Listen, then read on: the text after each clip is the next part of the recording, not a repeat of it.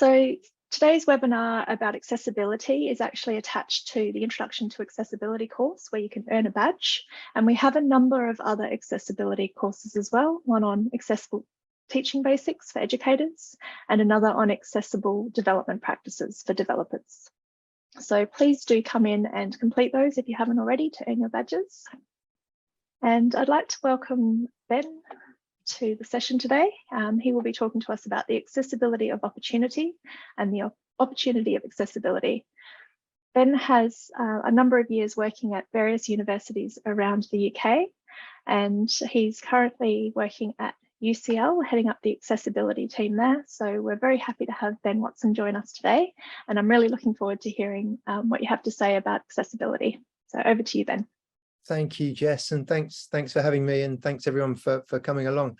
Okay, so I'm going to do a kind of general overview to the kind of principles, mainly about digital accessibility, but I'm going to be using a theme of kind of physical accessibility to buildings and spaces to hopefully help make that point really clear about the basic principles of giving people seamless access to the stuff that we do ultimately. Some really basic kind of learning objectives, I guess, is to give you those basic principles of digital accessibility and understanding how we can design content so that everybody can get seamless access to it. So this is about putting stuff in place in advance so people don't necessarily have to tell you that they have particular accessibility requirements, that we kind of anticipated them in the way that we designed our content, because we're designing it for everyone in our community. And we'll talk a little bit about different ways that we can do some of that, but considering things like user journeys through our digital systems, for example, thinking about a few of the barriers that can present along the way that we might need to be aware of in order that we can design our content to anticipate them.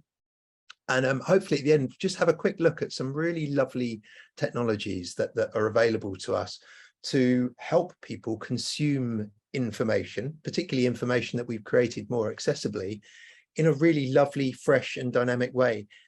Actually, whether they have immediate accessibility requirements or not, the title of the session, the accessibility of opportunity and the opportunity of accessibility, it is about trying to understand the broader usability benefits that are given when we create stuff that is designed for everyone. Everyone benefits. It's not just people with accessibility who face accessibility barriers. Everybody wins when we do that. So hopefully we can bring out some of those themes. When people kind of talk to me about, what do you do? Particularly people who don't work in education, but for example, or possibly even bits of the public sector, don't always understand this kind of concept of digital accessibility.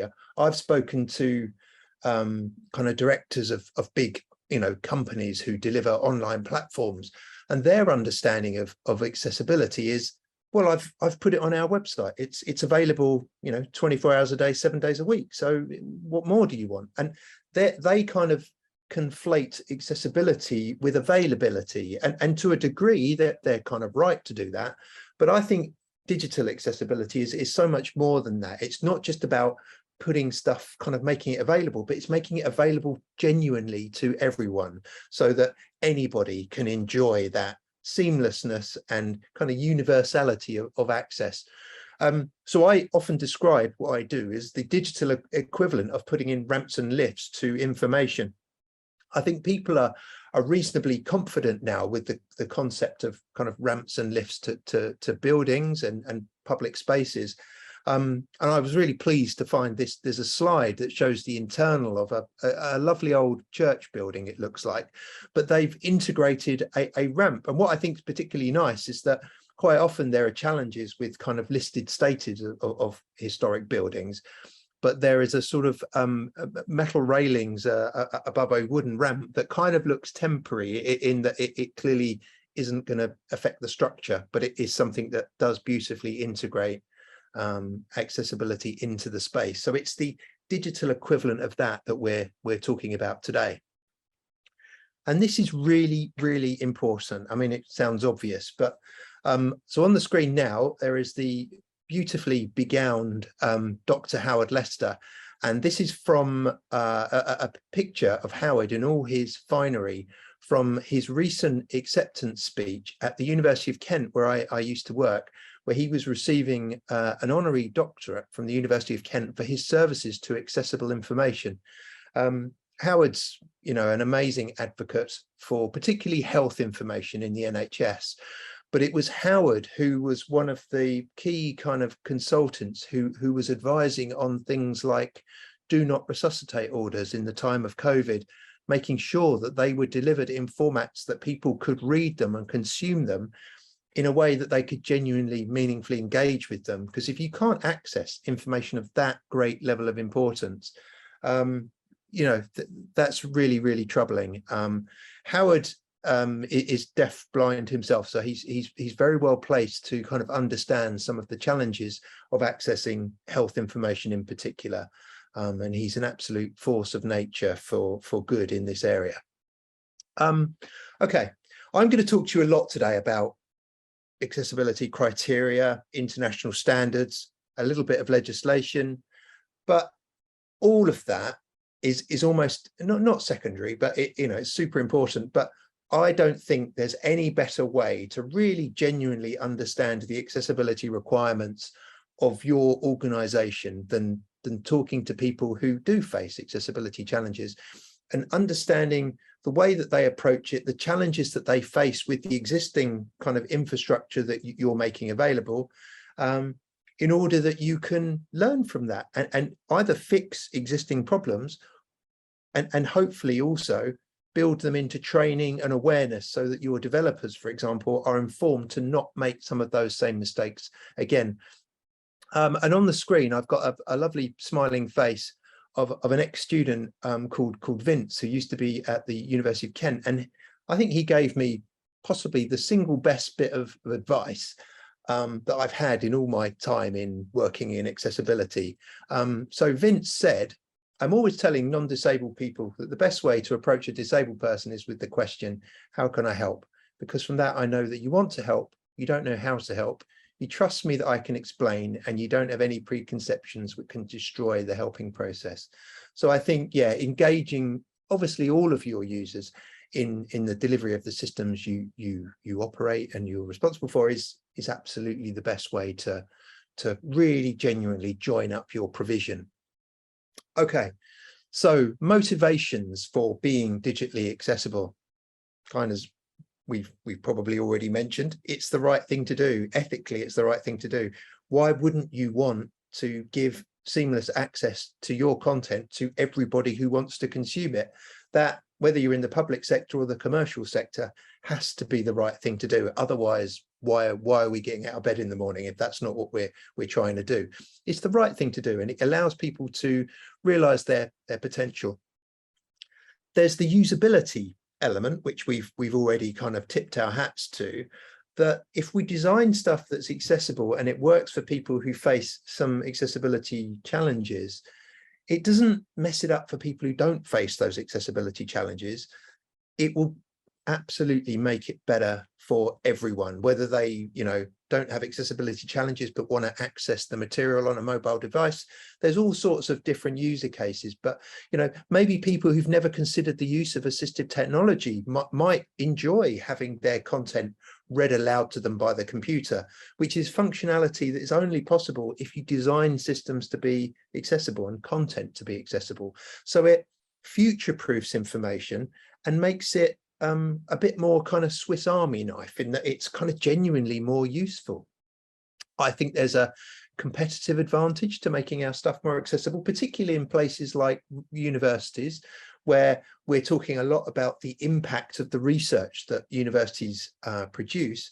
Well, if you're maximizing your audience, you're maximizing your potential for impact. Also, genuinely accessible journal articles, documents, those sorts of things have a better chance of being discovered because they can be searched. You know, an image only document that is effectively a photograph of a page of text, but not genuinely machine readable text, is going to be less discoverable. So there's all sorts of benefits to kind of things like impact factors. And finally, and I always add this last because I don't think it's the primary motivator, there's legislation that says we have to do this. Now, in the UK, that legislation is called the Public Sector Bodies Websites and Mobile Applications Accessibility Regulations 2018. We shorten this to PS-BAR because for some accessibility regulations, it's a singularly inaccessible title to remember or say.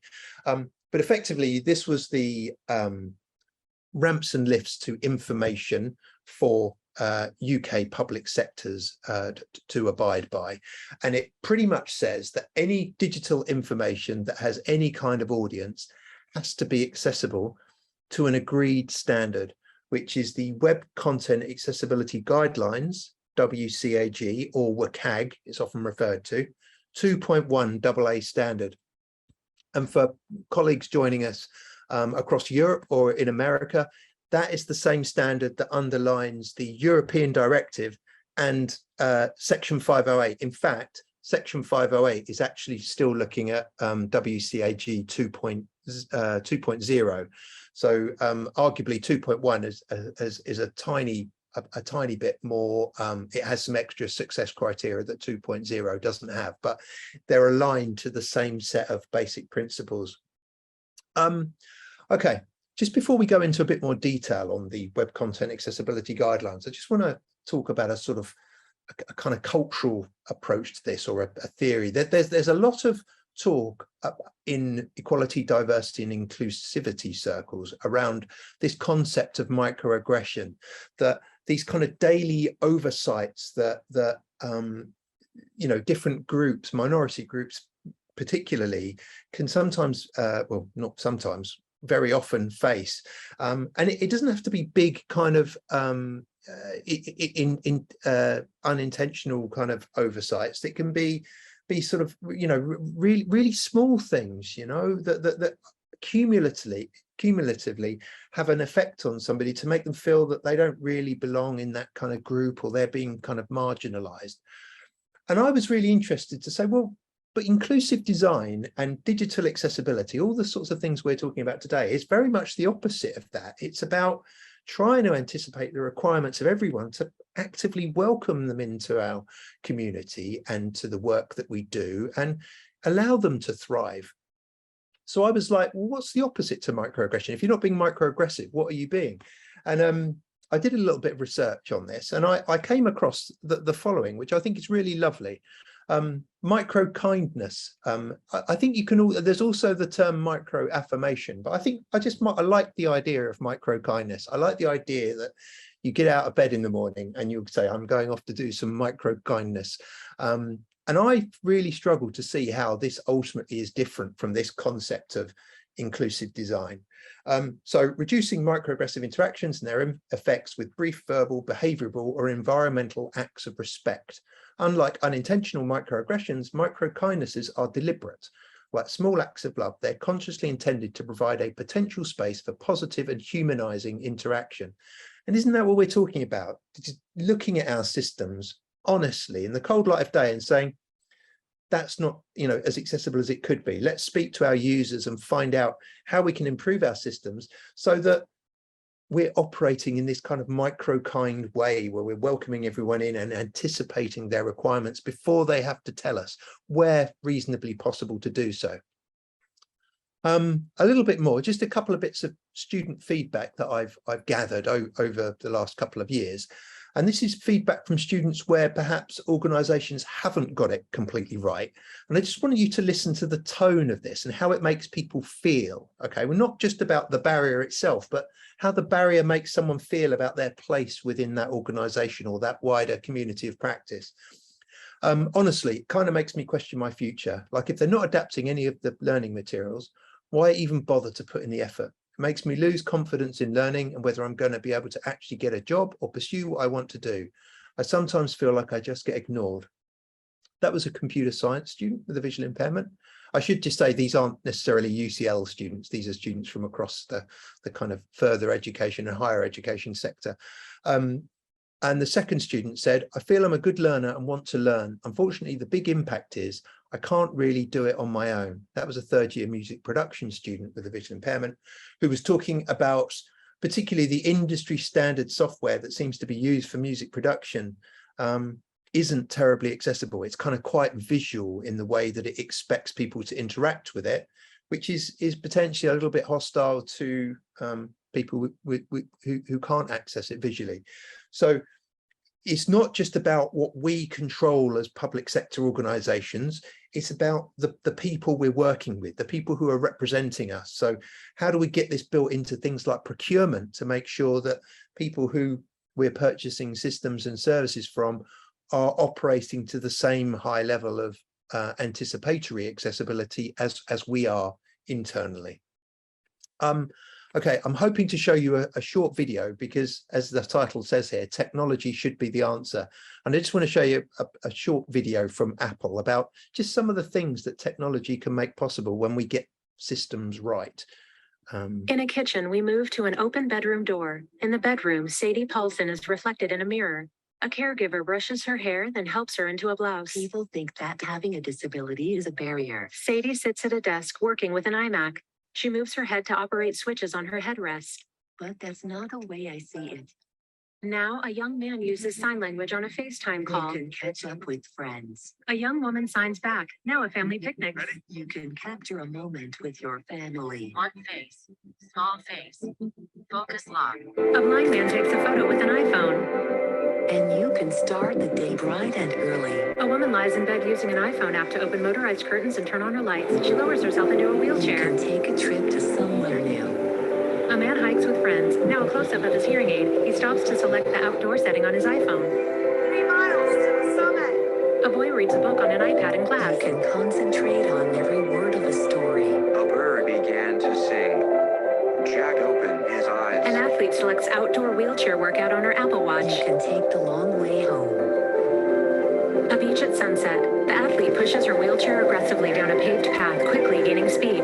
Then the footage rewinds, revealing that it's being edited in Final Cut Pro. Or edit a film like this one. We zoom out to reveal Sadie editing the film. She uses her head to use switch control, navigating an on-screen keyboard. When technology is designed for everyone, She drags a clip and plays the film. it lets anyone do what they love, including me. Sadie laughs. Then a gray Apple logo appears on a white background. The logo. Okay, brilliant. So that hopefully, let me just hide these floating controls. All of that lovely stuff, that there's amazing assistive technology out there now that will really, allow people to interact with information in all sorts of ways that just weren't possible 20 years or so ago. Where I kind of began my career in teacher training at the Royal London Society for the Blind, and we were still very much in a place even then of kind of relying on manually produced Braille quite often, because there weren't a huge range of electronic formats available to us kind of seamlessly. But generally that provision has moved on an awful long way, and technology should be the answer. But technology can only be the answer where it is allowed to kind of sing and reach its full potential, because we haven't hindered it by the way, some of the barriers or blocks that we've inadvertently built into the digital content that we're pointing that technology at. So some of the basic principles of getting digital information right are thinking about alternatives for visual content. So if somebody can't see the graph, chart, diagram, whatever it is within our document, the email we're sending, in the PowerPoint slides we're delivering, on the online course we're preparing, how are we going to represent that in a different way? It's not to say that you can't include visual materials, of course you can, but just have a think, well, what's the option for somebody who can't access that? Could I include it in the main kind of narrative of the document so that the graph is described, or am I going to add it as a specific alternate text tag for the image, so that screen readers, which is the technology that reads aloud the contents of a desktop for visually impaired people, that can access it? I think there's a lovely argument to say wherever possible, we should try and integrate some of the alternate text descriptions, because it might be that anybody would benefit from that. You know, the fact that you're going to deconstruct that chemical structure and tell people exactly what it means might well be beneficial for people, even if they can see it, just because it's another way of understanding it. So that's one of the decisions we've got to make. Making sure that content is navigable and has a sensible kind of heading structure. That is more than just putting in headings that are cosmetically headings that are in a bigger font or in bold, but we need to actually code them as headings so that they are sort of substantively different to the surrounding text. And that's really important, again, because screen readers can tap into that code where we create things properly as headings, whether that's on a web page, you know. So I'm talking here about H1, H2, they're the various settings, and even in Word documents, you can have this.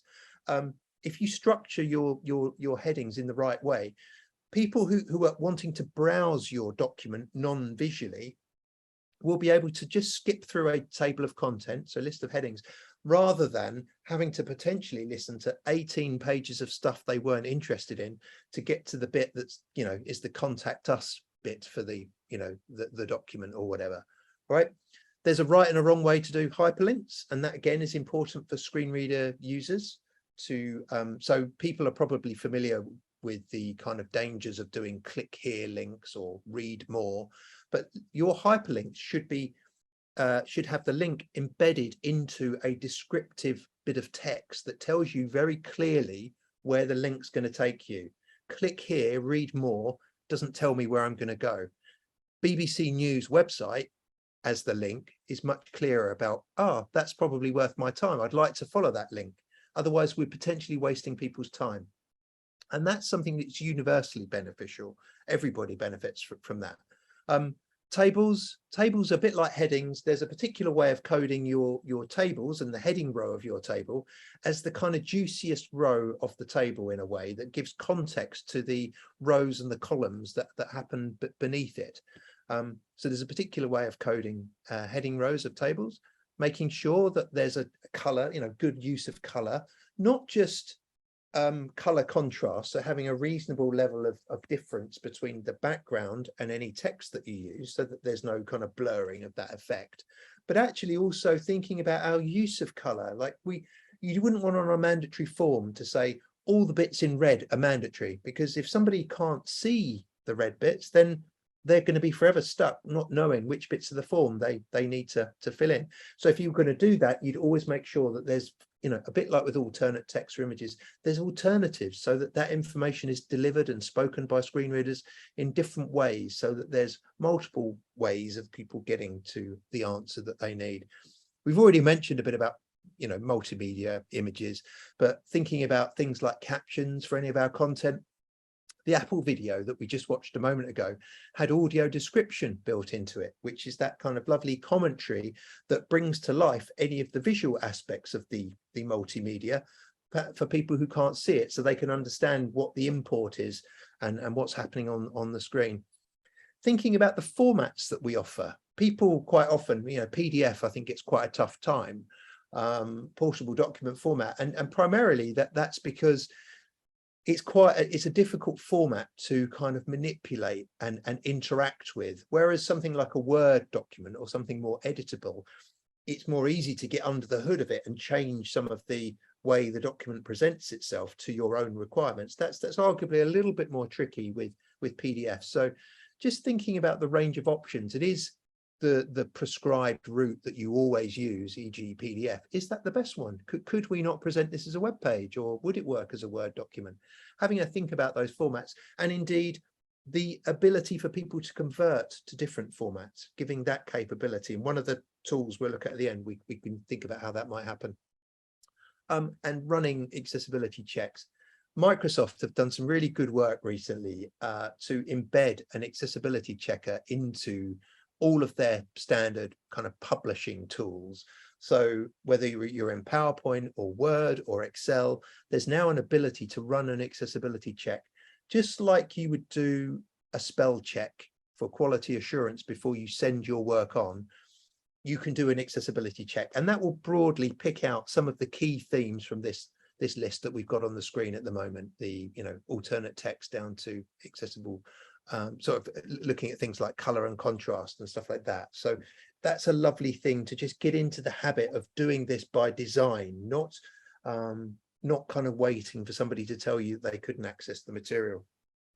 And Ben, we've got a couple of questions coming through on the chat. So just starting with the last one, actually, because it follows on from what you were just saying. Elizabeth was saying with PDFs, we should not forget that not everyone has Word. So having providing access with PDF as well is important. But also to say what you're talking about in terms of accessibility checks, if you're using something like Google Drive instead, there's an accessibility checker very similar to the Word one on Google Drive. So most of the software that you're using should have something that can help with that. Absolutely. We have a question from Rob. If we manage to make everything accessible like this, is there a way to make it less overwhelming than what was shown in the short movie? As a person with ASD, I can face difficulties with sensory overload. And in particular, he was talking about, is there a way to say turn off the audio description in that example? In that particular example, it depends. I think that was ultimately a YouTube video that was embedded. You can, but often there'll either be the version of the video that has the audio description built into it, but there is definitely another video on the Apple website where it doesn't have that. So I think accessibility is about choice. Ultimately, it should be about giving people the choice, exactly as you say, Rob, to say, well, actually, I don't get on well with that extra kind of load of having the kind of extra voice, and I'm already trying to concentrate on the video itself. So I think but in some systems there are ways to actually toggle the audio descriptions on and off. So I apologize for that, but I thought it was a useful example just for people to see, kind of that functionality is available. And just to go back to the first point, it's a brilliant point about, Google Docs has accessibility checkers built into it. And of course, all of those basic principles that we were talking about here are common across all of the publishing platforms. There'll be a way of adding a certain heading structure, whether it's you're creating a web page or whether you're creating a document. And totally take the point about PDF, and not everyone has access to Word. So just thinking about the range of options, like HTML, for example, just have a few things on the shelf, and don't, kind of, as we've been saying, try not to prescribe a particular format when there might be other options. And when we look at some conversion tools at the end, hopefully that will make that a little bit clearer as well. Thanks, Jess. Okay, so the underpinning guidelines that we mentioned at the beginning are the Web Content Accessibility Guidelines. And these are a set of about 50 or so success criteria that they're called. But that they can be broken down, or they're housed under the following four main principles.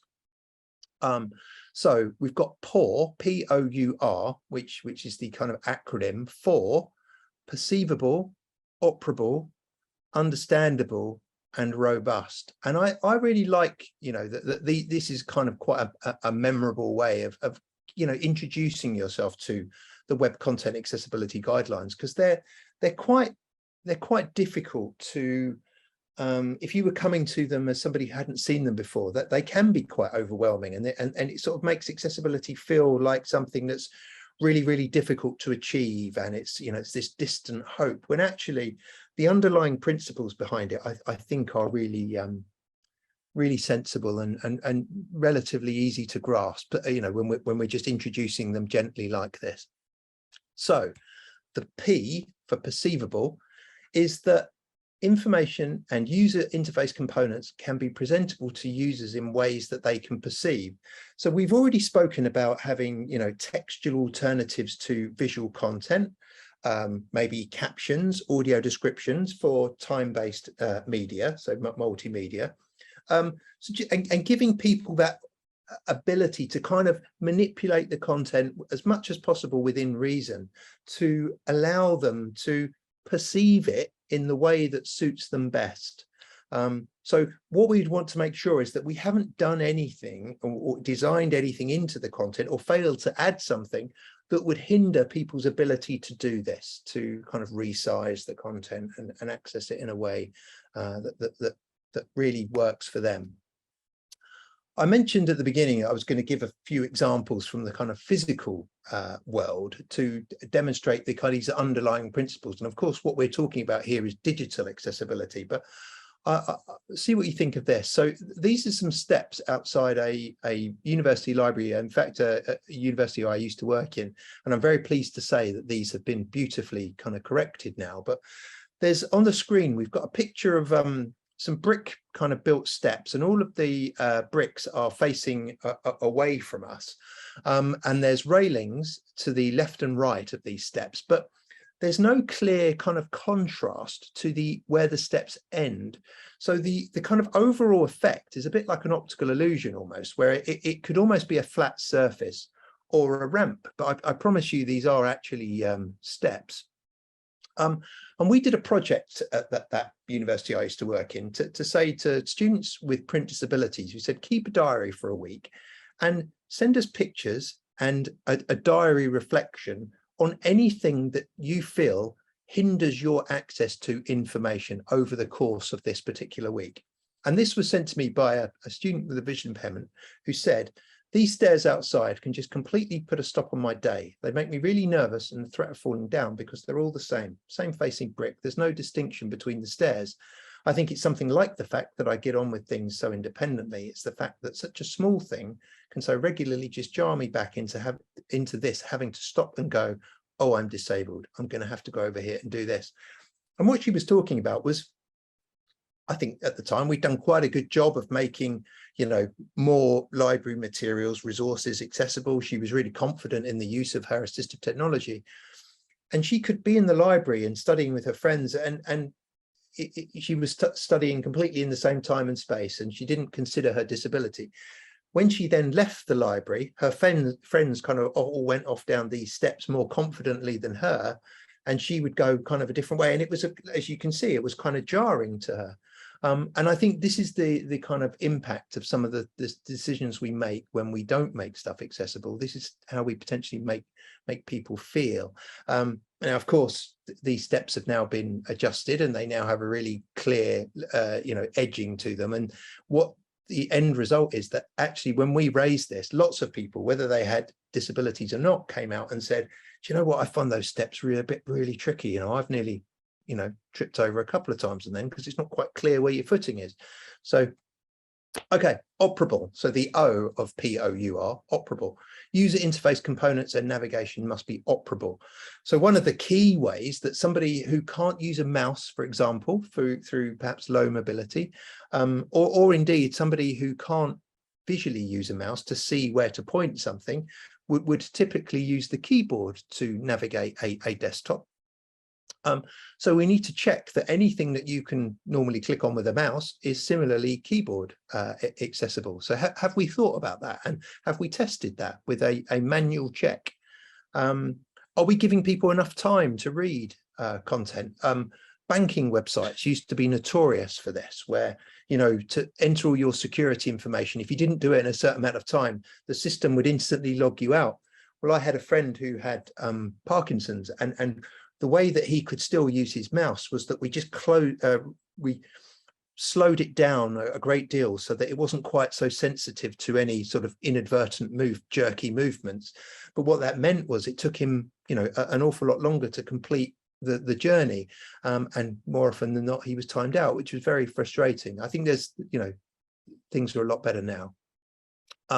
Design content in the way not cause seizures, so not having lots of kind of uncontrollable flashing content that sort of overwhelms people when they arrive, and help people to navigate, find content, determine where they are. So, you know, there should be clear focus visibility. For example, if somebody is using the keyboard, they don't necessarily have the cursor, the mouse kind of cursor, to show them where they are in the journey on the page. So there should be a lovely clear border around the element that is currently selected or has focus.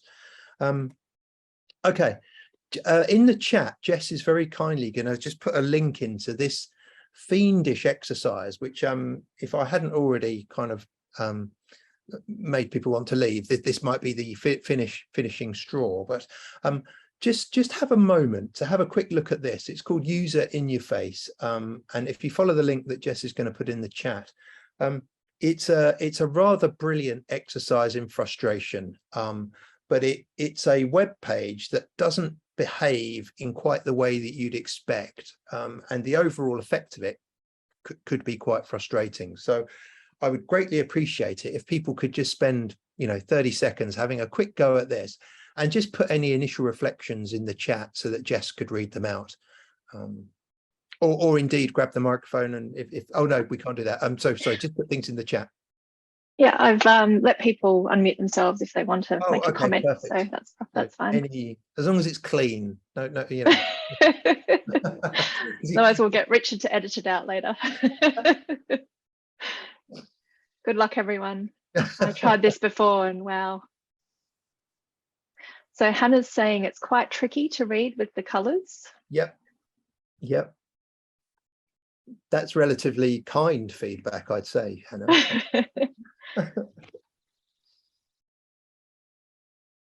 For Please me, be really honest. I won't be offended. For me, from earlier, I found it really frustrating, the whole click here thing. I didn't know where to click because there was something underlined, which I thought might be a link, but it didn't link. And then something else made me think it was that, and it didn't work either. And eventually, if I clicked along the whole sentence, eventually something worked and took me to the link. So Rob is saying blue on green, yikes. Yeah. And Kim's agreeing about the link not being helpful. Oh no, Dawn's had power issues, so she's dropped out. Dawn, I'm just going to post to you again a link to a website we're just having a look at. If you didn't get it before, you can go on there and have a look at this very frustrating website. And we're just commenting now on the things that we find frustrating about the website. Rob was saying the no on the green button. So you're getting a signal of yes, go because it's green, I guess. Yeah. And then no is the opposite.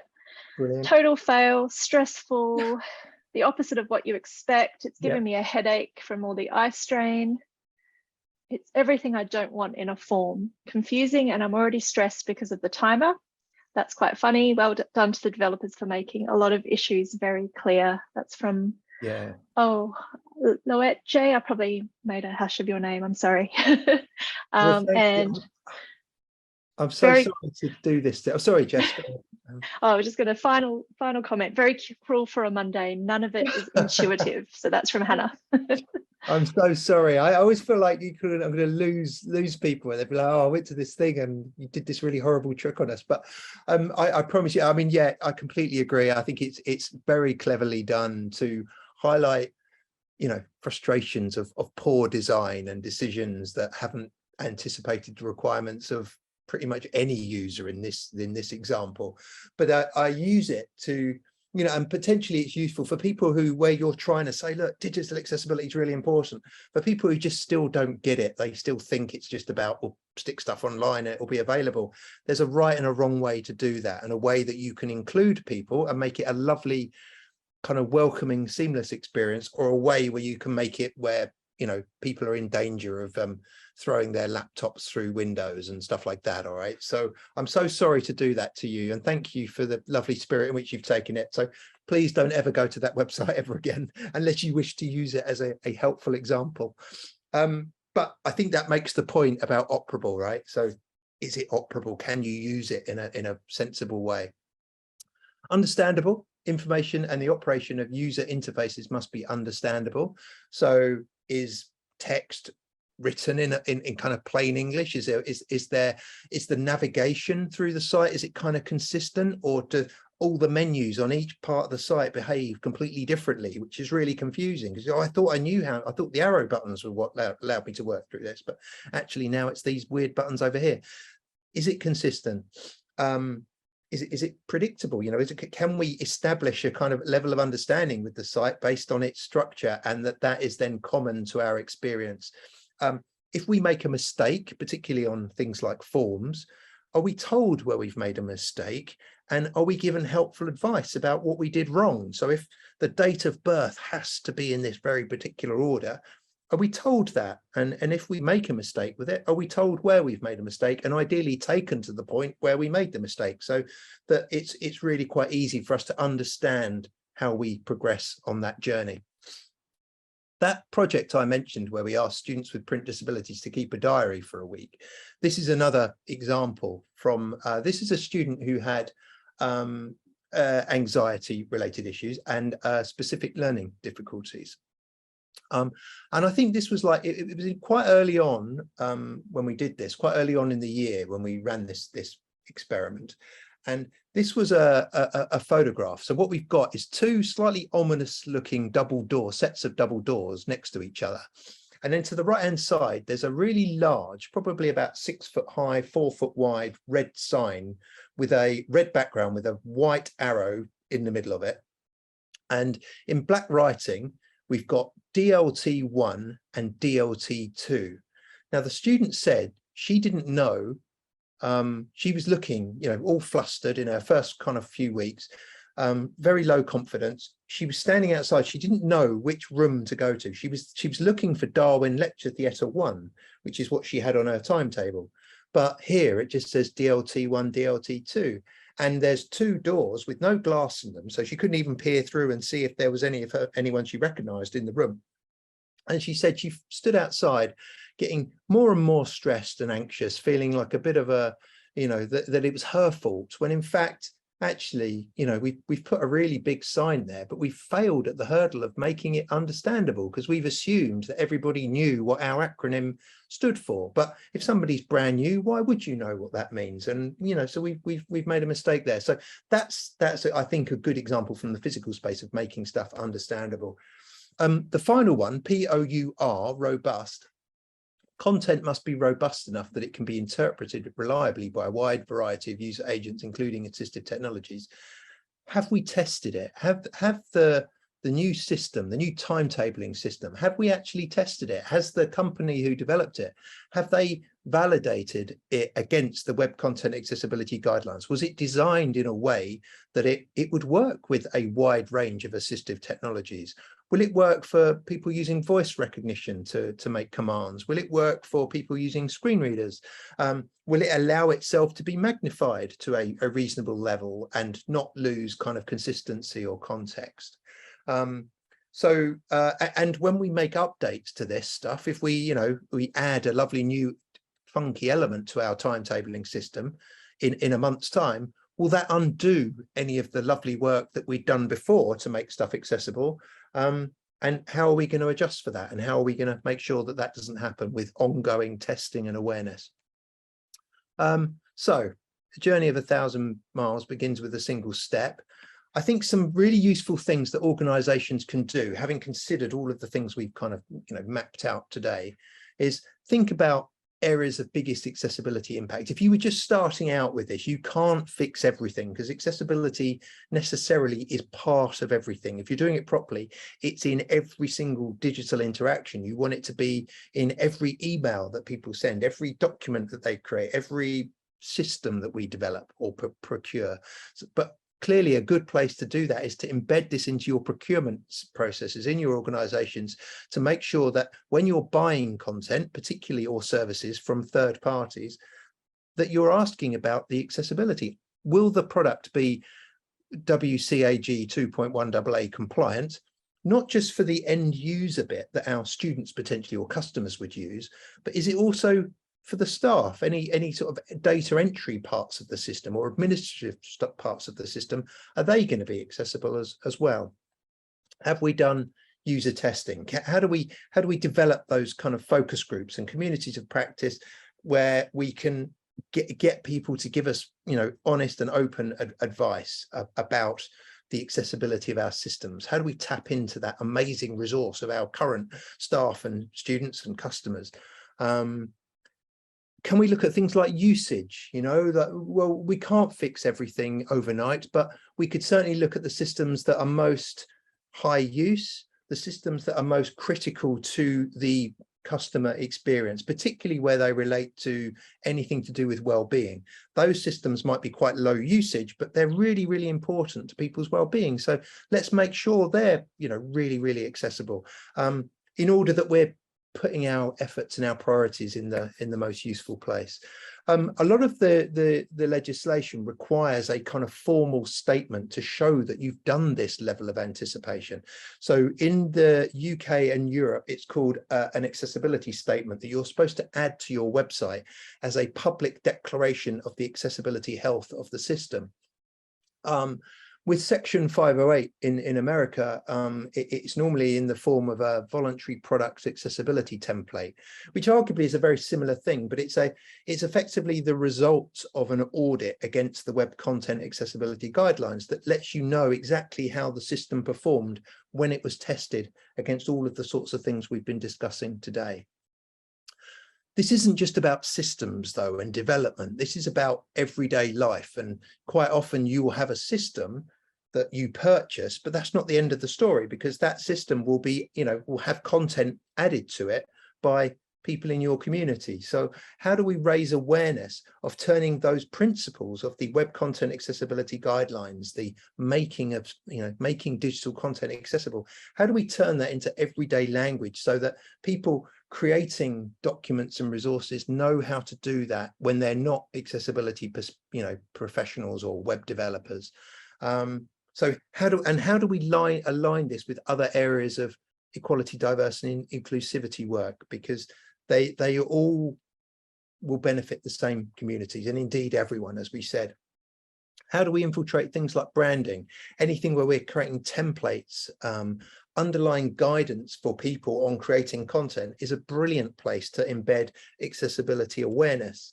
And of course, things like branding, particularly where branding specifies use of a certain color palette, for example, is a brilliant place to get accessibility wrong. If that color palette doesn't have an appropriate level of color contrast built into it, we're already then propagating poor practice by, you know, the branding decisions that we made. So really, accessibility just needs to be in everything and of everything, and it needs to be everyone's responsibility, not the responsibility of someone like me in your organization who like, oh, well, we haven't made it accessible, send it to Ben and Ben will fix it. No, everybody should be designing their own content in the same way that they would, you know, you would similarly expect them to be building in things that preserve data protection, cybersecurity, you know, sustainability. Accessibility should be another core standard expectation. We do have a question Okay. from Rob about whether fonts that are dyslexic friendly are really robust on websites. So what do you suggest with that? He's thinking about adding them to his Moodle course because he has some dyslexic students, and he was just wondering, is that a good approach? I mean, it's not a bad approach, but exactly as you say, Rob, you know, is it kind of robust in that sense? And is it kind of, if somebody doesn't get on with those, because not everybody does, how do we make sure that they're not disadvantaged by this? So I think, again, it's that element of choice. I think if there's a way of embedding them so that there's an option, and I think there is in Moodle, to have the accessibility function, or, you know, you can switch on the accessibility kind of layer or the lens, which I think gives you ability to have them or to convert the content. That would obviously be preferable. And then, of course, it's just about really good signposting so that everybody has the opportunity to go and have a look and make a decision about, yeah, you know, I like that benefits me, so I'll leave that switched on, or actually that's not for me, but I'm glad I've had a look at it because now I know it's there and I can tell other people that it's there. So I think, I'm pretty sure, Rob, that is functionality that's built into the accessibility setting. But yeah, I'm be glad. I don't know, Jess, if you can give any more on that. Yeah, Caroline was just asking if you mean the accessibility block, which you can install on your Moodle site, which I believe might be on the UCL Moodle. Yeah, I think it's that, and I think because that's the thing that allows you then to like instantly invert colors if that's your preference, that you'd rather have a black background and white text, for example. You can just have that as a pre-selected option, and I'm pretty sure, certainly they used to be, dyslexic friendly fonts were built into that. So that would be the ideal scenario, rather than embedding them and then everybody has to use them. In my previous work at UCL, actually, when I worked with a disability support officer there, they recommended browser plugins. So every individual could modify not just Moodle, because often you're being taken to other websites. And if you can modify at the browser level, then all of your fonts change, all of your contrast change, everything can be made bigger. So it actually is a better experience overall, rather than just changing what we used to refer to as Moodle being the hub that would then point out to lots of other resources. So I think I prefer that approach, but I guess you do need to do testing to make sure that what you're creating does work with those tools, and that you're not locking people in. But I think if you're using the standard Moodle features, then you're going to be able to enable people to override their settings. So but it's worth testing. And that's a lovely opportunity, Rob, to kind of point people at tools that they may not have considered otherwise, because often those sort of browser-based plugins will allow you to do lots of other things as well, you know, change color settings, for example, you know, zoom levels. So it might introduce people to functionality that they hadn't immediately considered that similarly benefits them. And I think the lovely thing about this kind of use of assistive technology is that that's not something we only show to people who have accessibility challenges. We just make that front and center of our page and say, look, if you'd like this content served up in this range of dynamic new ways, then here's how you can do it. And most often those solutions are completely free, so there's no real risk to doing this. Somebody could have a look at them, and if they're not for them, they can move on and maybe choose an alternative. Just quickly, Kim was also saying providing choice to users is so important. So the group choice plugin for Moodle can really help automate the process. So if you want to provide certain things to certain people, you can get them to choose what group they're in. Absolutely. And I think this is all about also raising awareness and signposting of what the options are and how people take advantage of the choices you're providing. But I couldn't agree more. I guess just one quick caveat with that is making sure that you're not in the process outing people who don't necessarily want to be known that they have a disability. So as long as that's private, just between you and them, and it's up to them whether they opt in, but that's something to be very careful of as well. I like the idea of the things like browser plugins and raising people's awareness of kind of what they can do, because when they eventually, you know, if they leave your organization, most often there'll be tools they can carry on using wherever. And exactly as you said, Jess, you know, not everything happens in Moodle. Quite often Moodle will link off to a BBC News site or something. So it's useful if people can have the functionality that follows them wherever they go on that journey, because it's more than just in the Moodle kind of environment. So that's a great point. This is from the Office for Students, but there's a nice quote here: building inclusive practice into an institution's structure and operations, fewer reasonable adjustments will be needed over time. Where such adjustments are needed, the institution can be much more responsive to individual needs. So the more we can anticipate and build into the way that we just produce our content, the less individual adjustments we're going to have to make. Not, you know, I don't think it doesn't mean we do away with all kind of disability support services, but I think what it means is that disability support services can spend their time adding the real value, because they're not worried about, oh, the content wasn't made electronically, so we have to go to the library and scan this. They can concentrate on the real value added and building people's confidence in using technology to manipulate that information, to study more smarter, you know, and cover more time. There's a particular model of WCAG, the evaluation method, I think it is. But I just want to pick out, because we've been talking a little bit about journeys today, but if you're thinking of a place to start and you're thinking, right, well, our web page has got 100,000 pages on it, how on earth am I going to make sure all of those are accessible? Well, the answer is you don't, you know, you give yourself a bit of a break. But what it says is take a representative sample. So try and choose a you know, perhaps the most likely journey. This might be informed by user data, you know, looking, you know, quite often web kind of tracking analytics things that you have may show you where people click and where they go on a particular journey. So anything like that can guide you. Try and follow a particular journey, ideally a journey that reflects the kind of wide range of the sort of content that you have. So will it incorporate a video? Will it incorporate any multimedia perhaps you have on your site? but check that as a journey, and the basic principles will be the same. Certainly, you know, they should be anyway. Things like the site structure, the way that menus are put together, those sorts of things should be common across the pages. So you'll capture an awful lot of really useful stuff in doing that, and that's a perfectly justifiable approach to doing this. I'm running very short of time. I'm so sorry. The government digital service in the UK have done some monitoring of public sector websites, and against the web content accessibility guidelines, from very simple testing, they have come back and said what the most frequently recurring errors are. I'll let you go into this in more detail when we share these slides. Or I think the slides are already available to people, but have a look. But it might give you a few flavors again of the types of things that you might need to be aware of in terms of common accessibility issues that are experienced by organizations in the UK public sector. But I don't see any reason why this wouldn't be different across Europe and America, for example. And there's two levels. They did simple testing and then more advanced levels of testing, and there's two slightly different sets of results, but I thought they were useful for people to see. Okay, I'm gonna skip ahead because I want to cover a couple of important things. So I mentioned opportunities at the beginning.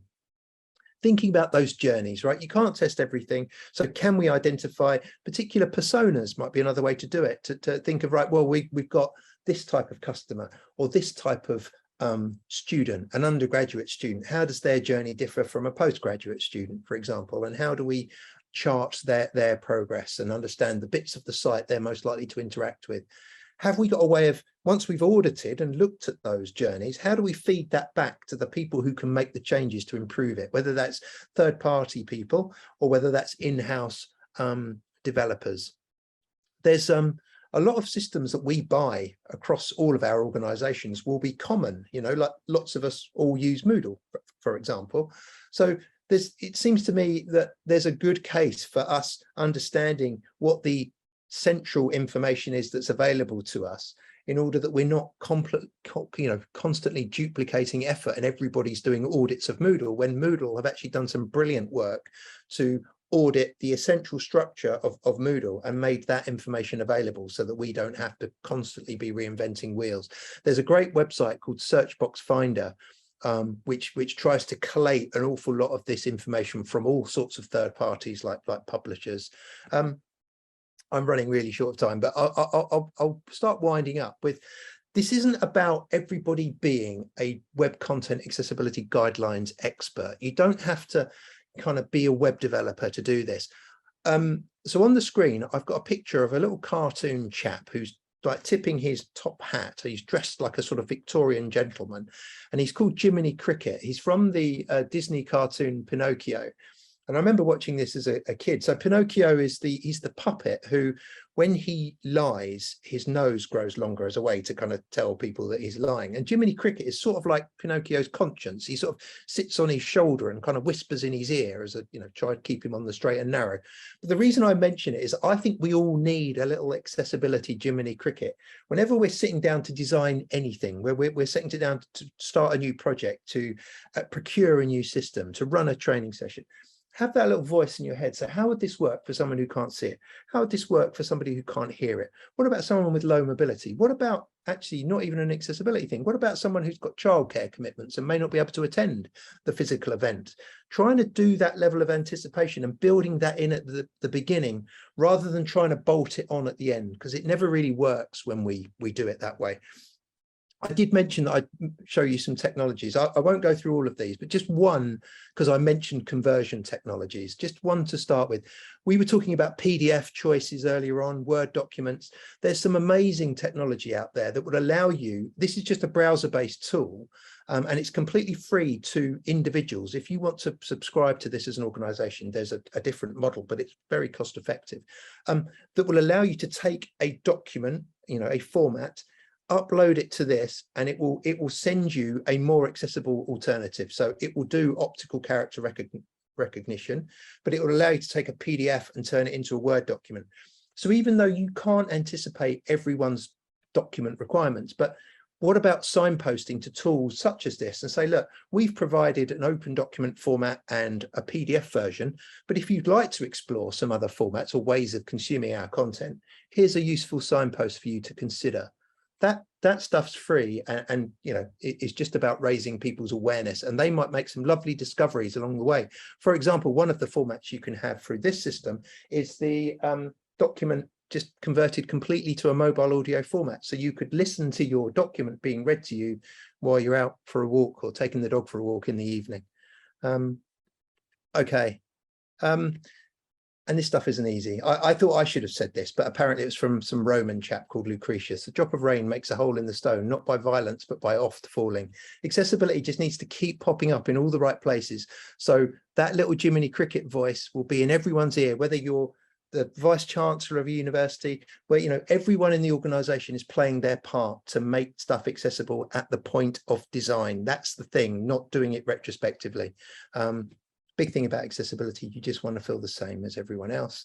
If you want to contact me or have, you know, a further chat about this, digitalaccessibility@ucl.ac.uk is my email address. I'm so sorry for going slightly over, but thank you very much for having me, and thanks for hosting, Jess.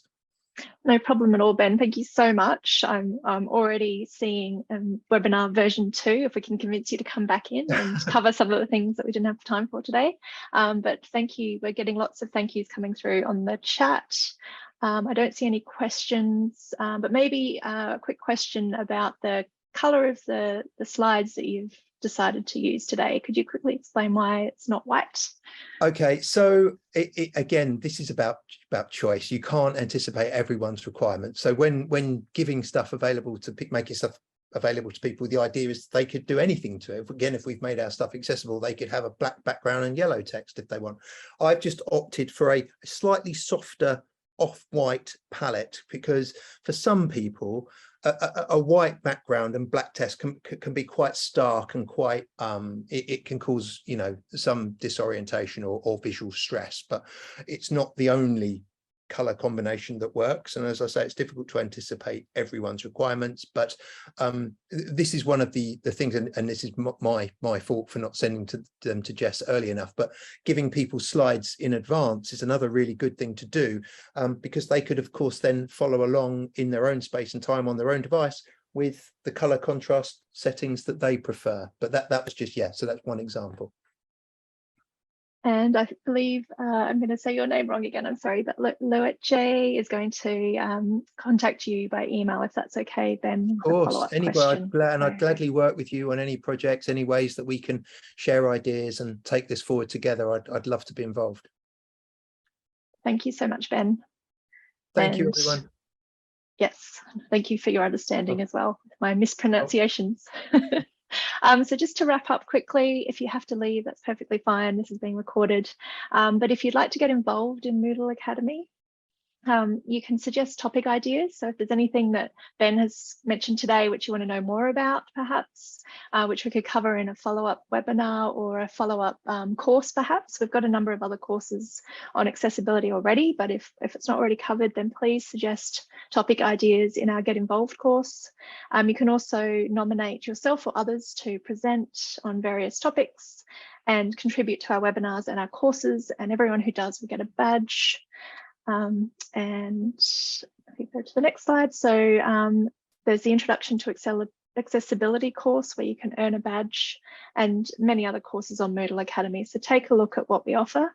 Please tell others about it, help grow the community. And finally, as well, if you're interested in Moodle Educator certification, then you can take a quiz to check if you're ready. You need a year's teaching experience with Moodle, but it's a great way to show that you're an expert Moodle educator with the MEC. So once again, thank you so much to Ben. I'm really, really happy you accepted our invitation today to come and speak to us, because you've got so many years of experience, and it's really nice to hear so much focus being put onto why it's so important that we consider these things. And I think that's a really important aspect of accessibility, and it's a topic close to my heart. So thank you very much, Ben. And yeah, thank you very much everyone for attending, and we hope to see you all at a webinar again soon.